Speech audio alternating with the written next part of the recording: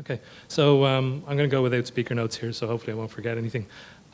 So my name is Paddy. I'm also a product engineer here at Intercom, and I wanted to talk to you today about a project we've been working on over the last sort of 12 months or so that involves building a content editor with Ember.js. It's one of the most ambitious Ember projects we have in operation at the moment, so hopefully it'll be kind of interesting to see how we approached it and what Ember did for us as part of that project. I guess I want to get this out of the way first. It's like maybe from the outside it seems like an immediate thing of like, you did what? You built your own content editor? Like, that seems mad. There were actually really good reasons for it. First of all, we have lots of places where users can write messages and content spread throughout our app. We have this like simple way of doing it. We have this big email composer. We have this in-app composer. We have this shared inbox, and like who knows how many more we'll have in the future. So we need like precise control of how users write these messages. We need to be able to easily share that around the app. The thing is, as a counterpoint to that, we also want to make it really easy for people to write like these really rich and beautiful messages. So we kind of evaluated what was out there, and we made the decision that it was not really, there wasn't really anything out there that was going to allow us to do it, and that it was quite core to our business that we had this thing that was, you know, exactly what we needed, and we were able to customize it entirely to our needs. So yeah, we built our own content editor. So to get back to the actual main thrust of the talk, what is content editable and why is it terrible? I don't know how many of you know content editable or have had to work with it. It is truly awful. This is what it is. This is all you do. You put this little property on your div and it gains superpowers. This is kind of a little demo of what it allows you to do. If it plays, yep, oh, whoops, sorry. So basically it turns this simple div into into what looks like a text area at first, and you can type away in it and you get a caret and you can edit it. You can also paste stuff into it, and then you can see that, oh wow, this is actually this like full rich text editor, and you can go in there and play around and move stuff about, and that's great. And you see that and you think, this is amazing. It's actually deceptively simple, and it seems like it's going to be great, but there's just such depth of awfulness behind this, and it leads to such horrible things. So I want to give you, first of all, a quick flavor of some of the awful things that lie behind this simple little property. We're going to play a little game called What Happens Next. This is shamelessly stolen from a talk Pat gave to Ember, or to DublinJS a few weeks back. So we have a div, we have a D in it, we have a caret just after the D, and we're going to press return. What happens? So in Chrome, you do this, and seems pretty sane. You get a div, your caret goes inside the div. That seems pretty normal. Safari, unsurprisingly, is pretty much exactly the same. IE11 puts in a p tag. Okay, we can live with that. That's not so bad. Firefox, it's in two break tags and puts type moz on one. Like, I don't know what the hell's going on there. So yeah, we've like hit one key on the keyboard, and already we've diverged on 3 totally separate paths. So that's not great. Just as another little example, in Chrome, if you have a p tag and it has a line height on it of 1.5 EMs, and you hit backspace, you get this, which makes no sense. So that's only a flavor of what's so terrible about it. There's like there's tons and tons of it. I've a link here to Pat's talk about it, where he goes through it in excruciating detail, all of the horrible things that happen there. So I guess it's important to just consider why this really matters. Apart from it being like a pain in the ass for developers to deal with all of this weirdness, there's a really, really key problem here. And that problem is that if you can't guarantee consistent markup's going to come out of this thing, you can't guarantee that you're going to be able to display it consistently on the other end of your pipeline, wherever you end up rendering this message. And that's a fundamental problem. So how did we tame this? So this was, I guess, the first insight we had, was that you don't want to build a HTML editor. You want to build a block editor. HTML is like this huge space of a problem that's just way too big to try and solve easily. And you want to try and simplify that down so that you can operate on something that like mere mortals can deal with. This is what I mean by a block model or a block editor. This is the kind of thing you're going to edit. It's like really, really simple JSON. You have a paragraph. It has some text. You have an image. You have a URL. You have some properties on that. You've just kind of simplified it down. You've prevented like really deep nesting. Maybe you allow nesting for ordered lists. But this just simplifies the model dramatically. So it simplifies rendering it and also simplifies editing it. So that's like the first thing. The next key thing is that like I've completely crapped all over Contenteditable for the last while, but actually it has some things that you don't want to have to build yourself. One like great example is if you have like a paragraph of text and you want to move the cursor from one line to another. If you can imagine how the hell you'd implement that with just JavaScript in a browser. Google Docs do something like this. They actually implement all of that themselves, and I think you have to be Google and you have to have like all the time in the world and all the money in the world to go ahead and do something like that. So it's just important to like be able to take those things that work and override everything else. The next insight, I guess, maybe not much of a like rocket science insight, is that you try and hide all this complexity that you have to deal with behind an API. So this is what the rest of the world sees of our composer. Simplified somewhat, but it's just, it's a standard Ember component. You pass in a property that, you know, these are my blocks, this is what you're going to deal with. You pass in maybe a little bit of config data, and then you just hide all that away so nobody else has to deal with anything behind that. But considering this talk is all about what's behind that, I'm going to take you through a little bit about what's behind the curtain. This is what's inside our composer component. We've kind of divided the world into two boxes. On the left, we have the DOM, which is just your normal DOM, and on the right, we have what we call the BOM, which is the block object model. The DOM consists of this editor view, which is an Ember.js view, off which we handle or hang all this event handling, DOM selection to deal with the selection APIs and translate it into something sensible. We deal with like where you actually are pointing at a given time and where things are on the screen, and it deals with actually taking stuff and putting it on the page and rendering it. Then we have the BOM, which is our sort of backend or like our model layer, and then we have this like simple line between them, which is our like command structure. So the only way that the crazy stuff that the Contenteditable can actually do, the only way that that can actually talk to this model layer is through these commands. So you simplify down that space and that problem again. This is a little bit more detail on what the BOM is. So composer state represents the state of the composer. The undo stack, which we've had to implement ourselves for doing undo, redo, and all these sorts of operations. Block selection, which I'll explain a little bit more about in a moment, but it's like the corollary of DOM selection. And then a block list, which contains all of your content, your paragraphs, your order lists, your items, and all that kind of stuff. And then, like I said, we have these commands that can operate on that. So they'll look at the current state of the DOM, or the BOM, sorry, and look at the current selection, and then they'll run this command and they'll mutate that structure into a new structure, and then the DOM can take that and render it onto the page. So maybe a little bit more concrete example. If we have an editor and it has this text, and it's got hello there, and hello is in italic, and there is in bold.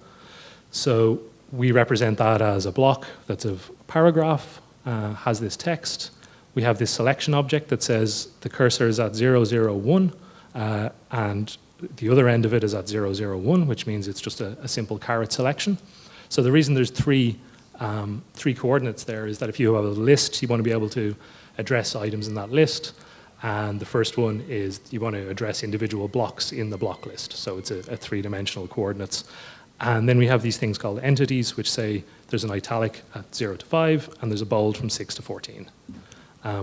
Then just sort of further expand on this. If you select some text, you can see it goes from 2 to 9, that the selection has changed. So then if I was to run a bold command on this, you'll see that, believe it or not, actually takes off the bold. That's how text editors work, I discovered.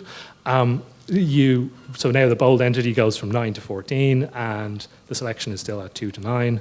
And if I apply bold again, you can see now the bold goes from 2 to 14. So like what you can probably get a feel for here is that these are like not difficult problems to solve. Like there may be some pain in trying to get them to run fast and all of that, but it's not like you're not looking at going, how the hell would I ever get that to happen? It's kind of reasonable.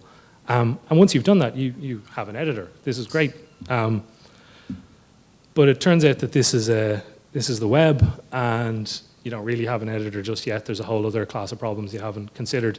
So you don't get fantastic low-level keyboard input APIs in browsers. You'll get like key codes, but those key codes don't necessarily map to the correct characters that you'd expect. So if somebody's typing in a foreign language, what was a C and something else might be a C with a cedille under it, or could be anything. So it's really, really hard to do it. And the only way you can actually do it is to let the browser put that character somewhere on the screen and then go and look at what the hell is actually come out the other end. So that's why we need this concept we call syncing. So this is the model I've been kind of showing you up until now. You get a UI event, you get a command, you mutate the BOM and you re-render. What's kind of more likely what's happening is we get a UI event and we say, can we just let the browser handle it? And if we decide, yeah, we can, we just don't do anything, or else we go down the path we've already shown. And that's not actually entirely accurate as well. We also have to say, can we let the browser handle it? Yes. Then we have to decide, should we actually let the block object model know about what's just happened? And if we decide we should, then we have to run this thing called a sync, which basically takes everything out of the DOM and translates it into a BOM, and then performs a diff on that and decides what's happened. And then the BOM can decide, actually, you should go and re-render yourself because something's happened you don't know anything about. So that's kind of it. That's kind of the general structure of how it works. One other thing we've had to build is an undo stack. I'm not going to talk too much detail about it. It's open sourced and it's up on our GitHub account. If you want to add an undo redo sort of flow to an Ember object, this is a great way of doing it. It provides a nice simple API for it.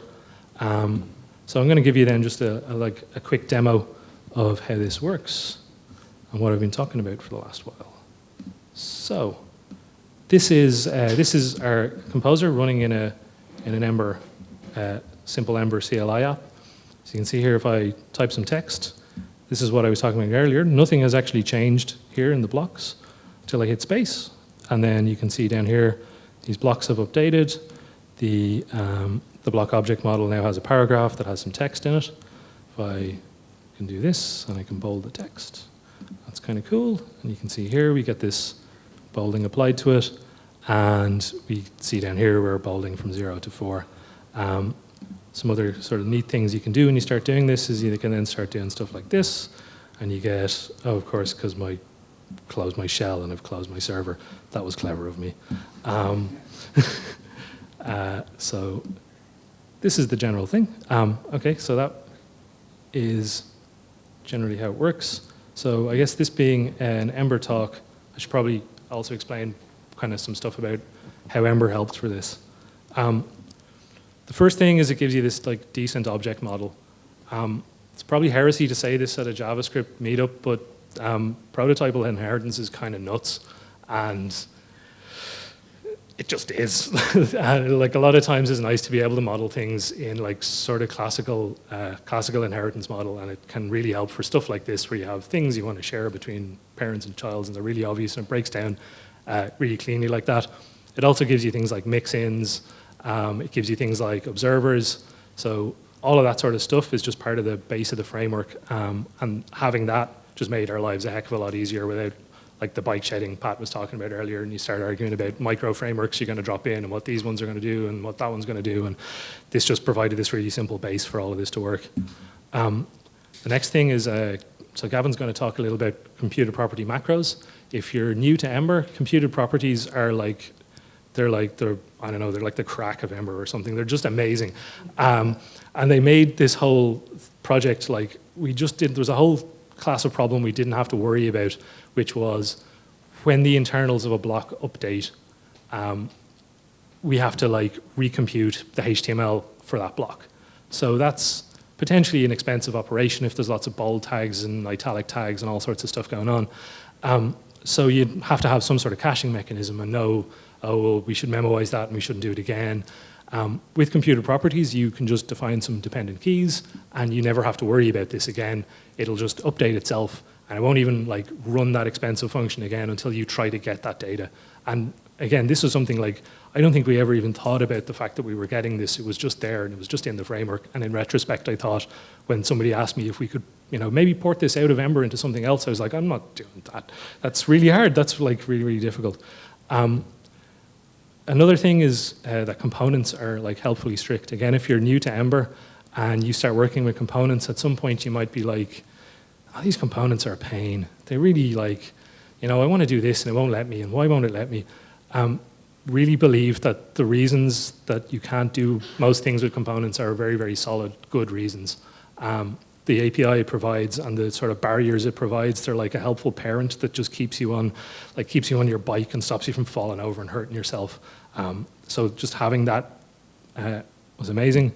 And the last thing is that we built this as an Ember CLI add-on, and being able to just build this in its like own sort of clean room environment, where we got like all of the cool benefits Pat was talking about around testing and like just sort of best-in-class tools, all there. That was great. You could work on it. You can have a dummy app. You can set up all sorts of like scenarios for your component, and then like all it is a like you add something to your package JSON, and like magic, your component's available in your main Ember app. So like that's just been a huge benefit to us. Okay, so that's it. Thanks for listening. And anyone got any questions?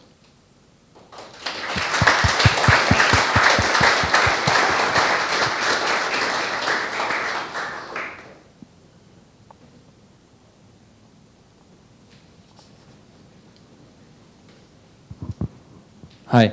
How are you guys handle the copy and paste side? Because all the users, when they use editable content, they used to do that. So are you ready to understand and handle any kind of markup that you will get from the user? Yeah, pretty much. So when you, in most browsers, you get a paste event, and that comes along with like the MIME type of the pasted content. So if that is like copied off a web page and its MIME type is HTML, we run it through like this aggressive sort of, I suppose you could call it a filtering thing. It basically takes like all of the common places people can copy and paste stuff from. Like say, for example, someone pastes it out of Google Docs.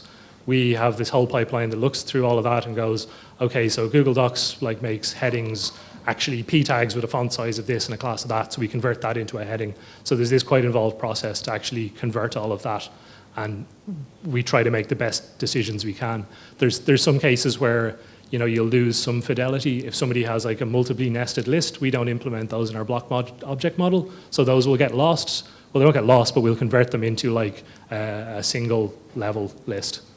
So that's how we do that.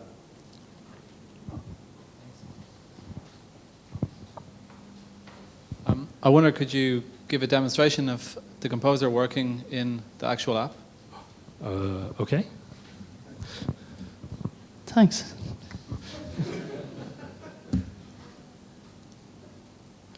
Okay, so this is the first example of the composer working in the app. And this is like a simplified version of it. If we go in here, we can see like a more advanced version of it, where we have like more advanced tools. We also have this cool ability to actually skin the composer with like templates. I'm picking a template here at random, which is really dangerous. That template's broken. This is like a test app of ours, so I'm not sure what the heck I'm going to find in here. So we can actually like skin the composer, and it can work. That's got no composer in it. Let's take this. So this is a composer. And we have lots of different templates for it. And then I guess the last place we use it is in our inbox, which was interesting because there's this whole other, like, this is where like support engineers use it, and they have to like type and reply to people really, really quickly. So like performance is totally crucial. So for example, we have emoji support. So you can send a big smiley to people, and we have like green heart support. And yeah, that's it running in the app. Any other questions? Yeah, it sounds like you had a lot of stuff to do to implement this. Sure, yeah. I was wondering how you guys interface with the whole extensible web movement, where essentially, instead of you having to do each one of these modules, it would be more so that the browsers start implementing little blocks that you would then string together. Yeah, so I'm not entirely familiar with the extensible web. Is that the idea that we get lower level APIs? Yeah. So some lower level APIs here would be amazing. If we got had proper input APIs, a lot of that crazy syncing stuff we wouldn't have to do, and that would be incredible. So do you have a hit list? That's right on the top of my hit list. That's the biggest pain point, is that we can't just respond to input and do stuff that you would do in a normal Cocoa app or whatever, that you just you don't have to do these weird hacks to get around the limitations of the platform. That would be amazing, yeah. Anyone else?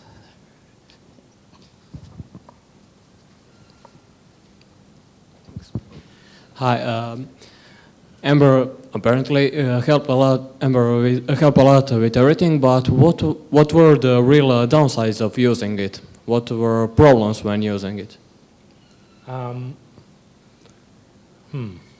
So there's one thing in Ember that can be really dangerous, which is abusing observers. So if you use observers for everything, and you start observing everything, and you start responding to these events and observing that, and this is observing that, and that changes this, you end up in this mess of you can't actually reason about anything that happens. And that's a real pitfall people run into in Ember apps, and they discover observers and they think, oh, these are awesome. These just, I do something over here and something over here changes. And it's dangerous because it makes it really, really hard to understand why this thing has changed, and makes it really difficult to debug it because all this stuff happens through Ember's internals and you have to pick through why this is happening. So that's probably the biggest pitfall. I don't think it's a pitfall of the framework necessarily. It's more just a pitfall of misunderstanding.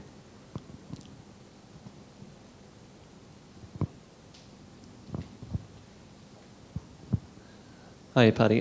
Did you implement mentions or any other kind of autocomplete functionality? Funny you should say that. Yes. So if I go here, we have these type aheads, and then these filter as you type. And the same sort of thing for this. And this is kind of cool. This is for inserting saved replies that, for customer success engineers who don't have to type the same thing over and over again, they can just do that, and it just chucks in all this content that's pre-canned.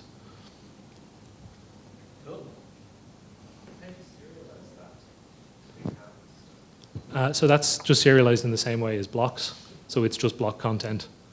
So it's just literally a case of taking that block content and just sticking it onto the block object or the block list, wherever the selection currently is.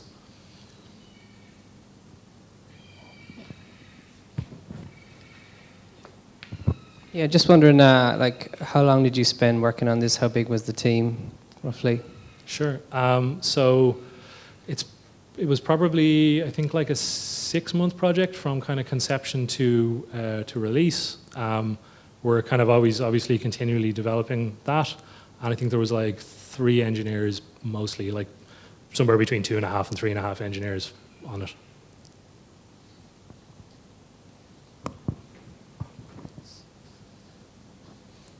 Okay. Okay. Yeah, thanks, Paddy.